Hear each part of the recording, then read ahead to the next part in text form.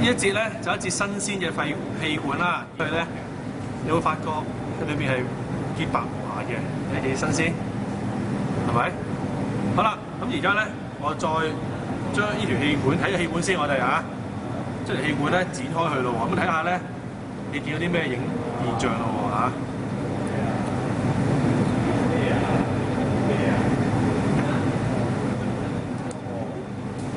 嗱呢個部位咧，因為包住咗正話一條喉啊，所以就都係冇被污染到啦。但呢一個位置咧，就已經咧俾嗰啲焦油咧就分黑咗，所以你會見到咧已經食煙啲人嘅喉嚨係咁樣，都可以話係嘅，係啊。所以有啲人食煙覺得喉嚨咁乾涸啊，成日好似鹹上頸咁樣咧，就係呢一啲咁嘅呢啲咁嘅嘢啦。OK， 嗱咁你一回事啦，就會係。嗱，做手術清理翻有冇得做手術清理翻？如果嗱呢個豬肺我要洗佢嘅話，我灌水捽佢甩翻出嚟咯。但問下你哋啦，你哋個肺可唔可以灌水啊？啊，唔可以灌水係咪先？即係冇得清咯。